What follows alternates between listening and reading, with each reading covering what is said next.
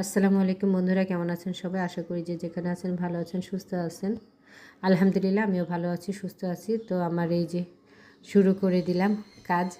আজকে ওদের জন্য, পথ কুকুরগুলোর জন্য কিছু খাবার রান্না করলাম এবং পাটের যে চটগুলো আছে, মানে বস্তাগুলো আছে, সেগুলো দিয়ে দিলাম। কারণ এখন কিন্তু প্রচণ্ড ঠান্ডা পড়েছে। আর দিনে যেমন তেমন, রাত হলে কিন্তু প্রচণ্ড ঠান্ডা নেমে আসে। আর এই ঠান্ডার কারণে কিন্তু এই প্রাণীগুলো প্রচণ্ড কষ্ট হচ্ছে। আপনারা যে যেখানেই থাকেন না কেন, চেষ্টা করবেন প্লিজ দয়া করে এই অসহায় বাচ্চাগুলোর জন্য একটু কাপড় হোক বা ছালাচট হোক, যাই হোক, বিছিয়ে দেওয়ার জন্য, যাতে ওরা একটু থাকতে পারে ভালোভাবে। কারণ জানেন তো, মাটি থেকেও প্রচণ্ড ঠান্ডা আসে। আমরা তো বাসায় থাকি, ওরা তো বোবা প্রাণী, বলতেও পারেন না। ওদের কোনো জায়গাও নাই যে ওইভাবে করে ওরা থাকতে পারবে। তো ওরা যেখানেই থাকুক না কেন, পারলে একটা ছালার চট বা একটা কাপড় বা একটা বস্তার প্যাকেট একটু দিয়ে দিবেন, যাতে অন্তত ওরা একটু আরামে থাকতে পারে। তো দেখেন কি খুশি হয়ে গেছে, সে ওটার মতো ঘোরাঘুরি খাচ্ছেই করছে। আসলে এখানেই আমার সার্থকতা, ওদের ভালোবাসার জায়গায়, যে আমি এইটুকুন ওদের ভালোবাসা পাই। আলহামদুলিল্লাহ। তো ওদের খাবারগুলো একে একে সবাইকে দিচ্ছিলাম এবং ছালার চটগুলোও দিয়ে দিচ্ছিলাম যে কটা ছিল। আলহামদুলিল্লাহ, যে কটা জোগাড় করতে পেরেছি আমি সব সেইটুকুনগুলোই দিয়ে দিয়েছি, যাতে একটু হলেও ওরা আরাম করতে পারে।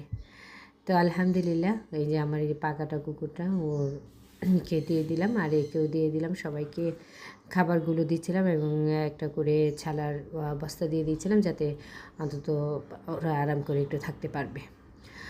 তো আলহামদুলিল্লাহ, আমার এই কাজগুলো যদি আপনাদের ভালো লেগে থাকে, প্লিজ আমার চ্যানেলটাকে সাবস্ক্রাইব করে, লাইক দিয়ে, শেয়ার করে পাশে থাকবেন। অন্যকে দেখার সুযোগ করে দিবেন এই মানবিক কাজগুলো। আর আপনারা চাইলে আমার কাছে সহযোগিতাও পাঠাতে পারেন এই অসহায় প্রাণীগুলোর জন্য, যাতে ওরা একবেলা ক্ষুধা নিবারণের ব্যবস্থাটা হয়ে যায়। চাইলে আপনারা আমাকে সাহায্য করতে পারেন এই অসহায় প্রাণীগুলোর জন্য। তো শেষে এসে পড়লাম আমার এলাকার এই 3 গুন্ডা, এটাকে আমরা গুন্ডা বলি আমি দুষ্টামি করে, আদর করে। তো এরা হচ্ছে আমার খালি প্লটে আসে, যদি ওদের সামনাসামনি কখনো হই না, খালি প্লটে আসলে আমি ওদের খাবার দিয়ে থাকি। তো আজকে ওদের সামনাসামনি হলাম, তো ওরা বারবার আমাকে দেখছিল। আমি একটু ভয় পাচ্ছিলাম যে আবার না রাগ করে বসে আমার উপরে। তো না, আলহামদুলিল্লাহ, ওরা কোনো রাগ করে। ওদেরও যে 2টা ছালার চট ছিল, একটা প্লাস্টিকের ছিল, আমি সেগুলোই ওদের দিয়ে আসলাম। তো ওকে ভিউয়ার্স, ভালো থাকবেন, দোয়া রাখবেন, মলি ফ্যামিলির পাশে থাকবেন। আল্লাহ হাফেজ।